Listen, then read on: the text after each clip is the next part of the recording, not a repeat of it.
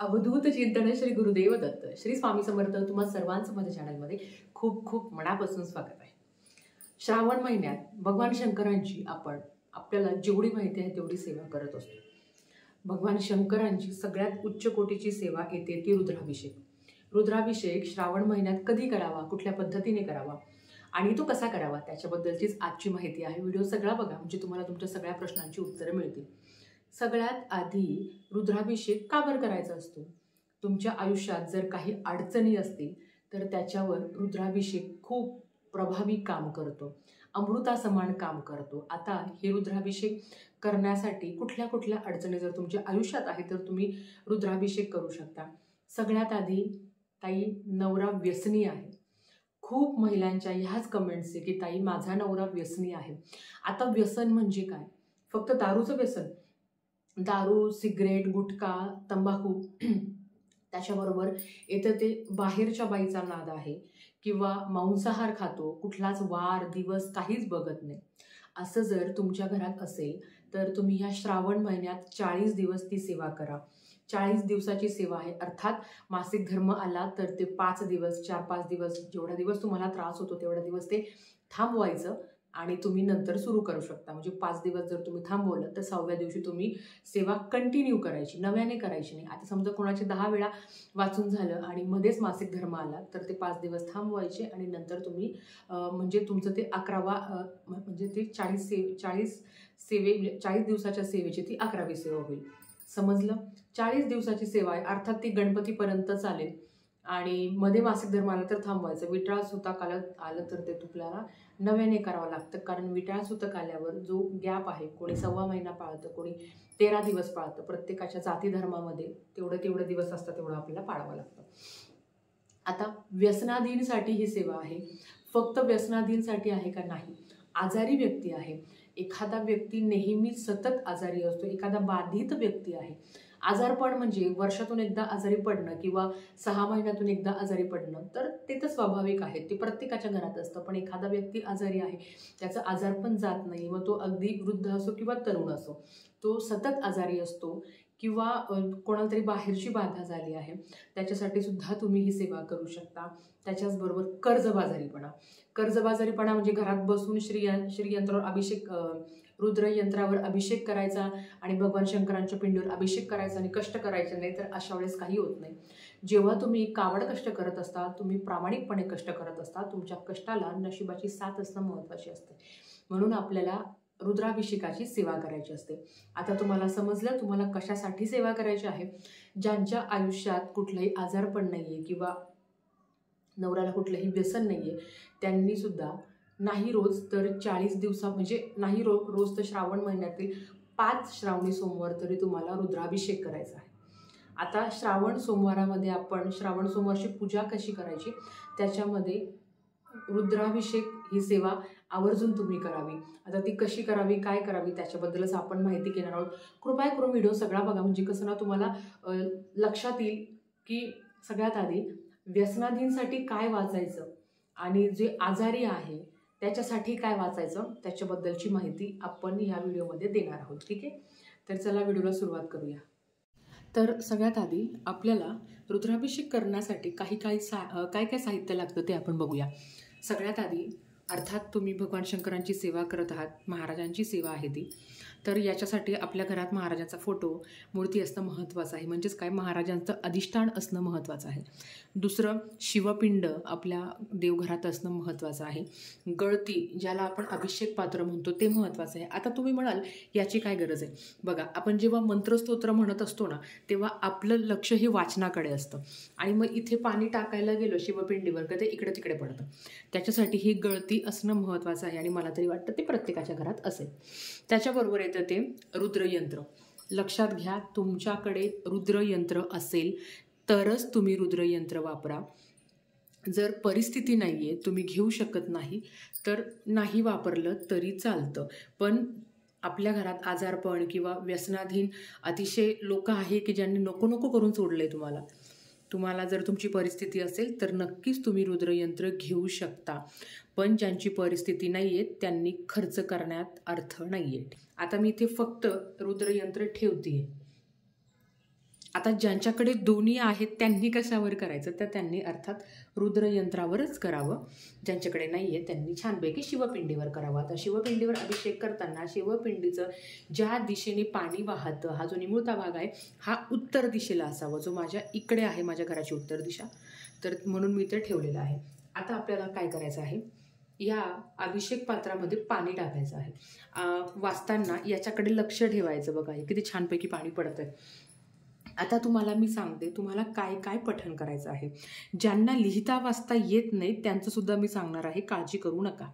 आता सगळ्यात महत्त्वाचं बघा, अभिषेकाला सुरुवात केली आहे.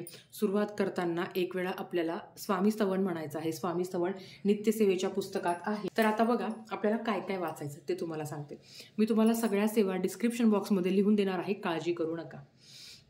बघा, एक वेळा शिवमहिन्म स्तोत्रम, शिवमहिन्म स्तोत्रम सुद्धा आपलं नित्यसेवेच्या पुस्तकात दिलेलं आहे.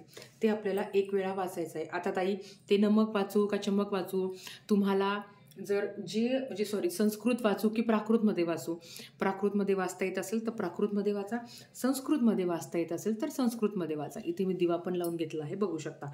एक वेळा शिवमहिन्म स्तोत्रम. अभिषेक सुरू असताना हे जे खालचं पातील, हे जे खालचं तामण आहे हे मोठं घ्या, कारण अर्थात अभिषेक जास्त आहे, वेळ जास्त लागणार आहे. अर्धा पाऊण तास लागतो. पाऊण तास म्हणा, जे नवीन आहे त्यांना पाऊण तासाच्या थोडंसं वरती लागू शकतं. तर म्हणून थोडंसं मोठं घ्या की जेणेकरून परत इथून उचला ते थेट ठेवण्याला काही अर्थ नाही आहे. सगळ्यात आधी शिवमहिन्म स्तोत्रम एक वेळा, गणपती अथर्व शीर्षम तुम्हाला एक वेळा म्हणायचं आहे. फलश्रुती म्हणायची गरज नाही. रामरक्षा अर्थात 9 श्लोकींपर्यंत एक वेळा म्हणायचं आहे, कारण 9 श्लोकीनंतर आपल्याला माहिती आहे की फलश्रुती असते, बरोबर. त्याच्याबरोबर रुद्र अध्याय, नमक चमक दोन्ही पण वाचायचे, लक्षात घ्या. रुद्र अध्याय नमक आणि चमक दोन्हीही वाचायचं आहे. शिवकवच एक वेळा वाचायचं आहे. शिव गायत्री मंत्र 11 वेळा, एक माळ नाही 11 वेळा. महामृत्युंजय मंत्र 11 वेळा. महामृत्युंजय मंत्र पंचप्रणवयुक्त तो सुद्धा 11 वेळा. हे सगळं तुम्हाला नित्यसेवेच्या पुस्तकात मिळून जाईल, काळजी करू नका. त्याच्याबरोबर अमृत संजीविनी मंत्र 11 वेळा, संजीविनी मंत्र 11 वेळा, कालभैरवाष्टकम 1 वेळा. आता ह्या सगळ्या सेवा आपल्याला करायच्या आहे. कालभैरवाष्टकम म्हणून झालं की, आता मी तुम्हाला हे काढून दाखव. आता कालभैरवाष्टकम म्हणून झालं की गळती आपल्याला उचलून घ्यायची आहे आणि आपल्याला याच्यावर बेलपत्र अर्पण करायचं आहे. शिवाष्टोत्तर नामावली. शिवाष्टोत्तर नामावली म्हणजे काय, भगवान शंकरांचे 108 वेळा नावं घ्यायची आहे. आता ते कधी अर्पण करायचे ते तुम्हाला नंतर सांगते. फक्त मी इथे ना आता ठेवून देते. आता बघा बरं का, या सगळ्या सेवा तुम्हाला पाऊण तास लागणार आहे. आणि शिवशंकरचं ध्यान करायचं आहे 11 वेळा. शिव हरिशंकर नमामि शंकर शिवशंकर शंभो. आता हे कधी म्हणायचं, आपलं शिवाष्टोत्तर नामावली आणि शिवध्यान स्तोत्रम, शिवध्यान जे आहे ते कधी म्हणायचं ते तुम्हाला नंतर सांगते. आता या सेवेला साधारणतः पाऊण तास किंवा 1 तास लागतो बरं का. आता या सेवेचा फायदा तुम्हाला मी सांगितला आहे, तरी एकदा सांगते की प्रखर पितृदोष असल्यामुळे खूप चांगला आहे. पोरगी शिकली आहे, मुलगा शिकला आहे, वेल सेटल आहे, तरीसुद्धा नोकरी मिळत नाही, लग्न जमत नाही, ते एक आहे. वाईट शक्ती, त्रास निवारण किंवा वास्तुदोष असेल, भूमिदोष असेल याच्यावर, आणि मेन म्हणजे जे अट्टल दारू पिणारे लोक आहेत त्यांच्यासाठी हे तीर्थ अमृतासमान काम करतं. हे तेवढंच महत्त्वाचं आहे. एखादा व्यक्ती बाहेरच्या बाईच्या नादाला लागला आहे त्याला सुद्धा हे तीर्थ तुम्ही देऊ शकता. आता हे तीर्थ कसं द्यायचं, ताई आम्ही आमच्या नवऱ्याला तीर्थ कसं देऊ, किंवा ताई आम्ही दुसऱ्या गावाला राहतो तर आम्ही आमच्या मिस्टरांना कसं हे तीर्थ देऊ. बघा मैत्रिणींनो, जर तुम्ही दुसऱ्या गावाला राहत असेल तर तुम्ही नाही देऊ शकत हे तीर्थ, पण जर तुमचे मिस्टर तुमच्याजवळ राहत असेल तर हे तीर्थ तुम्ही चहामध्ये, त्यांच्यासाठी स्पेशल चहा करायचा, तो चहा उकळायचा, म्हणजे उकळलेला चहा, म्हणजे याच तीर्थाचा तुम्हाला चहा बनवायचा आहे. जेव्हा जेव्हा ते पाणी मागेल हेच पाणी तुम्हाला द्यायचं आहे. या पद्धतीने तुम्ही त्यांना देऊ शकता. आता बघा, अजून एक सांगायचं आहे की शिवमहिन्म स्तोत्रम कोणासाठी, जे अट्टल बेवडे आहे, ज्याला आपण बेवडा शब्द वापरतो की हा किती दारू पितो, सकाळी उठल्यावर याला दारू लागते, ज्याला आपण बेवडा हा शब्द नेहमी वापरला जातो. जर अट्टल व्यसनी माणूस आहे, सिगरेट रोज त्याला एक पाकिट लागतं, किंवा तंबाखू गुटखा याच्याशिवाय तो जगू शकत नाही, किंवा मांसाहार जो कुठला वार सण व्रत वैकल्य काहीही पाळत नाही, त्याच्यासाठी आपल्याला ही सेवा करायची आहे 40 दिवस शिवमहिन्म वाचून. शिवमहिन्म प्राकृतमध्ये. आता शिवमहिन्म काय आहे तुम्हाला थोडंसं वाचून दाखवते. महिन्म शिवशंकरा तव अगाध बाथोरवी, अपार महती अशी नच पुरेल ब्रह्मा कवी, यथामिती किती स्मरू तव गुणासना बा किती, अजान अविनाश हा तुझ समर्पितो कृती. बघा इथून आहे इथपर्यंत, इथपर्यंत आहे, इथपर्यंत. आणि हे द्वादश ज्योतिर्लिंग स्तोत्र आहे. 43 ओवीपर्यंत तुम्हाला वाचायचं आहे. कोणासाठी? व्यसनाधीन माणसासाठी. आता कर्जमुक्तीसाठी काय वाचायचं आहे? तर कर्जमुक्तीसाठी तुम्हाला रुद्र अध्याय पठण करायचं आहे. नमक आणि चमक दोन्ही सुद्धा तुम्हाला इथे मी दाखवते. नित्यसेवेचं तुम्ही जर ना पुस्तक आणलं ना तुम्हाला सगळं मिळून जाईल, काही गरज नाही, माझा व्हिडिओ पण बघायची गरज नाही, तुम्हाला सांगते. रुद्र अध्याय प्राकृतमध्ये आहे, इथून वाचायचं. इथून आपण बघा रुद्राध्याय रुद्रपठणमध्ये काय असतं? मला हेच दे, मला तेच दे, मला असंच पाहिजे, याच्यात हा त्याचा उल्लेख केलेला असतो. बघा नमक झालं, ही चमक. चमक पण तुम्हाला असं इथपर्यंत वाचायचं आहे. समजलं? कोणासाठी? कर्जमुक्तीसाठीची ही सेवा आहे. आता सेवा करताना पाण्याकडेही लक्ष द्यायचं बरं का. पाणी थंड असावं. शिवपिंडीवर नेहमी थंड पाणी अर्पण करायचं असतं. रुद्राभिषेक करताना आपल्याला फक्त पाण्याचा वापर करायचा आहे, दुधाचा करू नका, कारण अर्थात ते तीर्थ असणार आहे, मग ते तीर्थ तुम्ही कसं देणार या पद्धतीने. ठीक आहे. आता हे सगळं करून झालं. आता तुम्हाला सांगते, ताई आम्हाला वाचता नाही येणार किंवा आम्हाला नाही येत वाचता, काय करू शकता? ही सेवा कोण करू शकतो? स्त्री, पुरुष, लहान पोरं सगळे सेवा करू शकतात. ताई मी विधवा आहे, अजिबात अशी कमेंट करायची नाहीये. भगवान शंकरांची काय कुठल्याही देवाची सेवा कोणीही करू शकतं. याच्यात विधवा किंवा सवाष्णी असा कधीही भेदभाव नाहीये. आता आपल्याला काय करायचं आहे बघा. ज्यांच्या आयुष्यात महाराजांच्या कृपेने सगळं चांगलं आहे, तर तुम्हाला माहिती असेल की दर सोमवारी किंवा केंद्रामध्ये दररोज रुद्रपठण केलं जातं. केंद्रामध्ये दररोज रुद्रपठण केलं जातं. तुम्हाला जर जवळपासचं केंद्र असेल तर आवर्जून तिथे जाऊन जाताना काय घ्यायचं आहे तुम्हाला? गळती घेऊन जायची, शिवपिंड आणि पाणी आणि आपलं हे तामण हे घेऊन जायचं. रुद्राध्याय पठण करायचं. तिथल्या ज्या काही सेवा होता तिथे जाऊन तुम्ही पठण करू शकता. ज्यांचं सगळं चांगलं आहे त्यांनी, ज्यांच्या आयुष्यात अडचणी आहे त्यांनी घरातच ती 40 दिवसाची सेवा करायची आहे. मग ताई आम्ही केंद्रात जाऊन सेवा करू का? तर ती केंद्रातली सेवा सामूहिक असते. ती आपल्या संकल्पयुक्त सेवेमध्ये ती तुम्ही मोजू शकत नाही, म्हणून तुम्ही घरात केली तरी चालेल. किंवा नाही शक्य होत ताई महाराजांच्या कृपेने सगळं चांगलं आहे तरीसुद्धा दर सोमवारी सामूहिक रुद्राभिषेक होतो आपल्या केंद्रामध्ये. तुम्ही आवर्जून जा, तिथे तुम्ही पठण करू शकता. आता ताई आमच्याकडे केंद्र नाही, आम्हाला वाचता नाही येत, अशा वेळेस काय करावं? बिनधास्त श्री गुरुपीठ हे यूट्यूब चॅनल आहे, दिंडोरी प्रणित हे यूट्यूब चॅनल आहे. तिथे तुम्हाला मस्त लाईव्ह ती सेवा केली जाते. ज्यांना लिहिता वाचता येत नाही त्यांनी छानपैकी देवघरात असं ठेवायचं देवासमोर आणि ते यूट्यूबला तुम्ही लावून देऊ शकता. त्याच्याबरोबर तुम्ही पठण करू शकता. एखादा शब्द चुकला, इकडे तिकडे बोलण्यात आला तर देव शिक्षा करणार आहे का? अजिबात नाही. म्हणून हे तुम्हाला पर्याय मी सांगितला आहे. घरात केली अतिशय उत्तम, केंद्रातली तर सामूहिक सेवा होते. सामूहिक सेवेचं आपल्याला खूप जास्त फळ मिळत असतं. आणि जर तुम्हाला नाहीच वाचता येत तर तुम्ही यूट्यूबला लावून, आपलं दिंडोरी प्रणित यूट्यूब चॅनल आहे तिथे लावून तुम्ही सेवा करू शकता. ठीक आहे. तर बघा शिवपिंड स्वच्छ करून आपल्याला ती एका तामणामध्ये ठेवायची आहे, कारण अर्थात बाकीच्या सेवा बाकी आहे. म्हणजेच काय, कालभैरवाष्टकं पठण करून झालं, आता शिवाष्टोत्तर नामावली बाकी आहे आणि ध्यान बाकी आहे. बघा शिवपिंडीवर नेहमी भस्म किंवा चंदन अर्पण केलं जातं. हळदी कुंकू भगवान शंकरांना अर्पण करत नाही. आपण नेहमी शिवपिंडीला 3 बोटांनी, हे 3 बोट म्हणजे काय आहे? ब्रह्मा, विष्णू आणि महेश, ह्या 3 बोटांनी आपल्याला भगवान शंकरांच्या पिंडीवर भस्म लावून घ्यायचं आहे. आता कोणी काडीने पण लावतं, पण मला ते योग्य नाही वाटत, म्हणून आपण 3 बोटांनी, आता अर्थात शिवपिंड छोटी असल्यामुळे आपल्याला ते व्यवस्थित लावता येणार नाही, तरीसुद्धा 3 बोटांनी आपल्याला शिवपिंडीला भस्म लावायचं आहे. भस्म लावून घेतल्यावर तुमच्या घरात जी फुलं पानं घरात असेल ते तुम्हाला लावून त्यांना अर्पण करायचं आहे. ही सगळी प्रक्रिया होत असताना ओम नमः शिवाय, ओम नमः शिवाय हा षडाक्षरी मंत्र किंवा नमः शिवाय ह्या पंचाक्षरी मंत्राचं पठण तुम्ही करू शकता. तर आता बघा, मी इथे भगवान शंकरांच्या पिंडीवर फूल अर्पण करते, फळ अर्पण करते, जे तुम्हाला सोमवारी मिळेल. आता रोज रोज हे अर्पण करायची गरज आहे का नाही, आता मी तुम्हाला पूजा पण सांगते म्हणून दाखवते. रोज रोज नाही, रोज रोज तुम्हाला काय करायचं आहे, फक्त तुम्ही याच्यासाठी सेवा सांगता आहे, तर म्हणजे ज्याच्यासाठी तुम्ही सेवा करत आहात तेवढी फक्त करायची. तीर्थ बाजूला काढून घ्यायचं आणि शिवपिंडी जागेवर ठेवून त्याच्यावर जर बेलपान असेल किंवा जर तुमच्याकडे धोत्र्याचं फूल असेल, फळ असेल, तर तुम्ही अर्पण करू शकता. अगदी रोज नाही भेटलं तरी हरकत नाही. तर आता बघा, इथे मी भगवान शंकरांना धोत्र्याचं फूल अर्पण करते, त्याच्याबरोबर ही शमीपत्र देखील अर्पण करते आहे.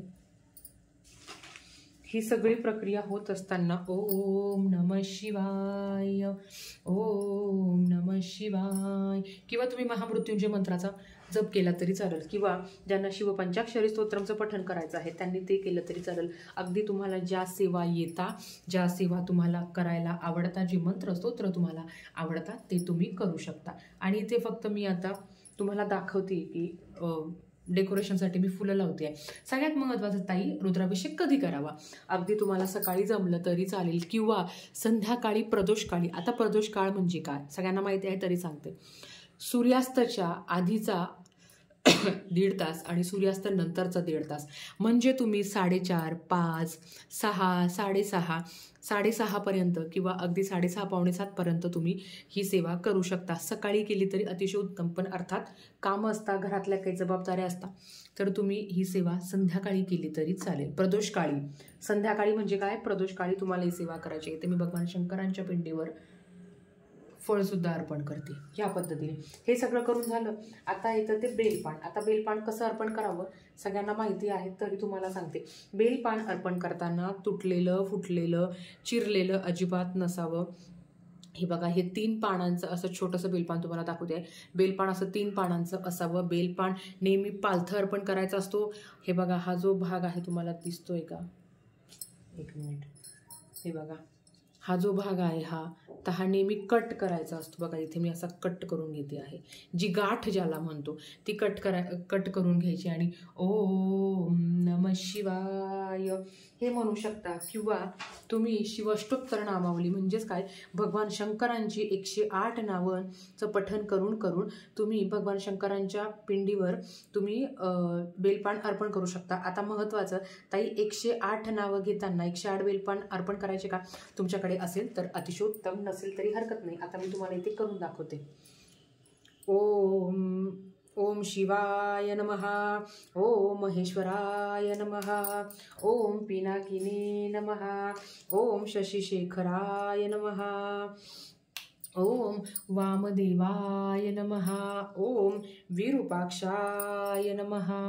ह्या पद्धतीने तुम्हाला भगवान शंकरांची नावं घेता घेता शिवपिंडीला बेलपान अर्पण करायचे आहेत. आता काही बेलपानांच्या हे काढलेलं नाही आहे, म्हणून आधी बेलपानचं ते जो गाठ आहे ती आपल्याला काढून घ्यायची आहे. नंतर छानपैकी नामस्मरण करत करत भगवान शंकरांच्या पिंडीवर आपल्याला बेलपान अर्पण करायचं आहे. या सगळ्या 108 बेलपान जर असेल तुमच्याकडे तर चालेल, नसेल तर काय करावं. आता समजा हे माझ्याकडे 1 बेलपान आहे तर काय करायचं तुम्हाला सांगते. 1 बेलपान पण घेऊन पण ओम शिवाय नमः, ओम महेश्वराय नमः, ओम शंभवे नमः, ओम पिनाकिने नमः, ओम शशिशेखराय नमः, ओम वामदेवाय नमः. या पद्धतीने सुद्धा तुम्ही करू शकता. तर शिव अष्टोत्तर नामावली झाल्यावर आपल्याला शिवध्यान करायचं आहे. म्हणजेच काय, शिवहरी शंकर नमामि शंकर शिवशंकर शंभो, हे गिरिजापती भवानी शंकर शिवशंकर शंभो, शिवहर शंकर नमामि शंकर शिवशंकर शंभो, हे गिरिजापती भवानी शंकर शिवशंकर शंभो, शिवहर शंकर नमामि शंकर शिवशंकर शंभो, हे गिरिजापती भवानी शंकर शिवशंकर शंभो. हे आपल्याला 3 वेळा म्हणायचं आहे. आता हे सगळं झालं, आता येते ती आरती. तर आपल्याला भगवान शंकरांची आरती करायची आहे. अर्थात तुम्ही आधी गणपती बाप्पाची आरती करू शकता, त्याच्याबरोबर नंतर तुम्ही महाराजांची आरती करा. महाराजांची आरती झाल्यावर तुम्हाला दत्त महाराजांची करायची असेल ती करू शकता, किंवा तुम्ही फक्त भगवान शंकरांची आरती केली तरी हरकत नाही. जसं तुम्हाला वेळ जमेल त्या पद्धतीने तुम्ही आरती करू शकता. आता मी तुम्हाला आरतीचं एक कडवं फक्त म्हणून दाखवते, नंतर आपण व्हिडिओ थांबूया. जय शिव ओंकारा, प्रभु हरे शिव ओंकारा, ब्रह्मा विष्णु सदाशिव, ब्रह्मा विष्णु सदाशिव, हरदांगी धारा, ओम हर हर हर महादेव. तर ह्या पद्धतीने तुम्हाला भगवान शंकरांची आरती करायची आहे. आता हे सगळं करून झालं तर याच पद्धतीने तुम्हाला दर सोमवारी रुद्राभिषेक करायचा आहे. परत एकदा सांगते, तुम्ही केंद्रात जाऊन केला तर ती सामूहिक सेवा होईल तुमच्याकडनं. दुसरं, नाही वाचतायत तर तुम्ही दिंडोरी प्रणित युट्यूब चॅनलला सबस्क्राईब जरी केलं तरी तुम्हाला दररोज अपडेट येतील. त्या पद्धतीने तुम्ही सकाळी किंवा संध्याकाळी तुम्ही सेवा करू शकता. अतिशय उच्च कोटीची सेवा आहे. ह्या श्रावणात तरी ही सेवा चुकवू नका. तुमच्या आयुष्यात ज्या ज्या अडचणी असतील त्याच्यासाठी जे काही मंत्र स्तोत्र सांगितले आहे त्यांनी करावं. आता महाराजांच्या कृपेने ज्यांच्या आयुष्यात ही कुठलीच अडचण नाहीये, मग ते कर्जबाजारीपणा असो किंवा नवऱ्याला कुठलं व्यसन नाही, त्यांनी फक्त दर सोमवारी ही सेवा आवर्जून करावी. तर मी तरी दर सोमवारी करणार आहे. महाराजांच्या कृपेने ही कुठलीच अडचण नाहीये म्हणून. तर तुम्ही पण करा, नक्कीच तुम्हाला याचा फायदा होईल. झालेली सेवा महाराजांच्या चरणी मी रुजू करते आणि आजचा व्हिडिओ इथेच थांबवते. आवडला असेल तर लाईक शेअर सबस्क्राईब करा. भेटूया परत अशा सेकंड व्हिडिओ. श्री स्वामी समर्थ.